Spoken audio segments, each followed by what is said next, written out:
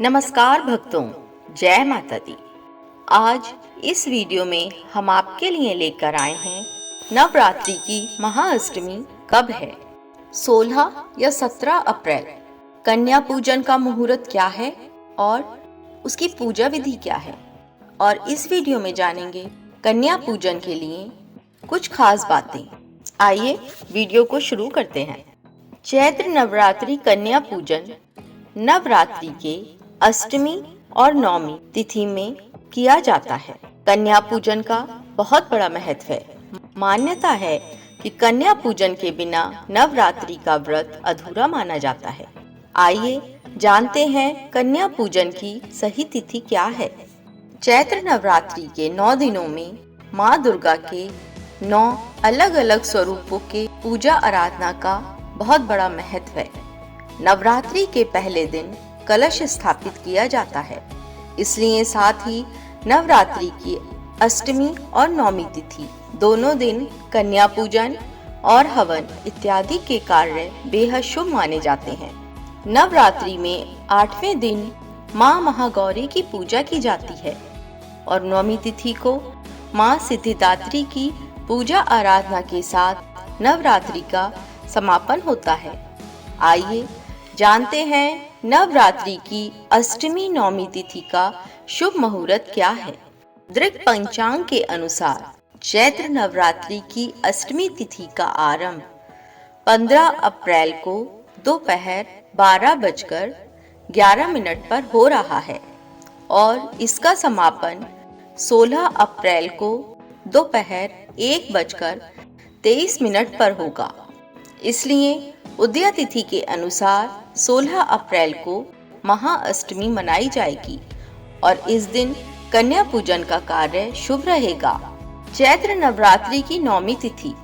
पंचांग के अनुसार चैत्र नवरात्रि की महानवमी 16 अप्रैल को दोपहर 1:23 पर आरंभ होगी और 17 अप्रैल को दोपहर 3:24 पर समाप्त होगी।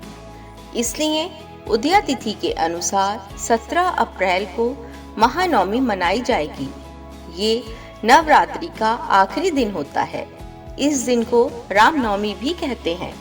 अब आइए जानते हैं अष्टमी नवमी तिथि में कन्या पूजन का शुभ मुहूर्त क्या है।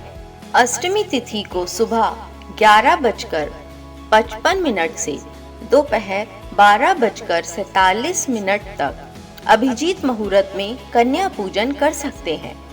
वहीं रामनवमी के दिन कन्या पूजन का शुभ मुहूर्त सुबह 6:27 से लेकर सुबह 7:51 तक रहेगा।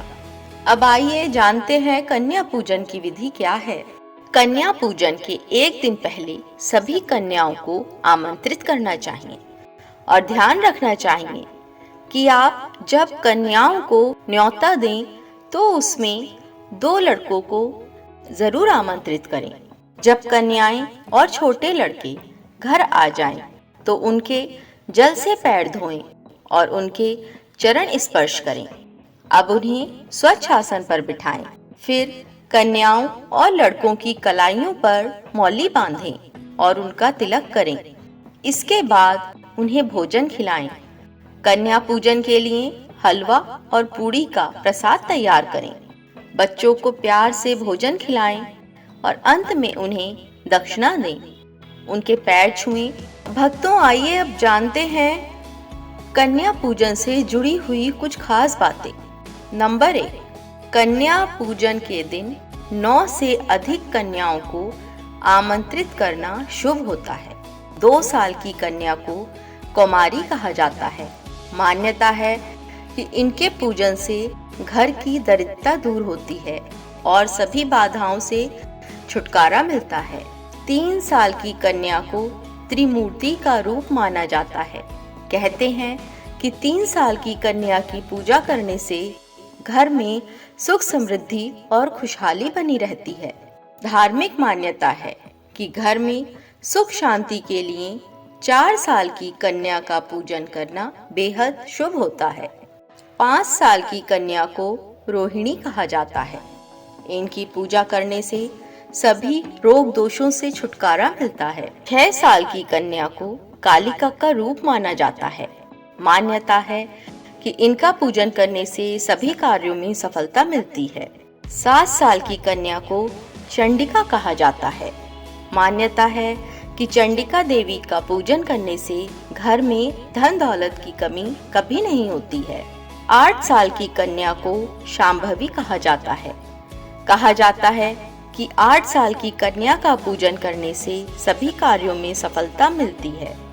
9 साल की कन्या को माँ दुर्गा का रूप माना जाता है। मान्यता है कि 9 साल की कन्या का पूजन करने से शत्रुओं पर विजय मिलती है। 10 साल की कन्या को सुभद्रा माना जाता है। मान्यता है कि 10 साल की कन्या का पूजन करने से सभी मनोकामनाएं पूरी होती हैं। अगर इस वीडियो की जानकारी आपको अच्छी लगी हो तो हमारी वीडियो को लाइक करें, चैनल को सब्सक्राइब करें। जय माता दी।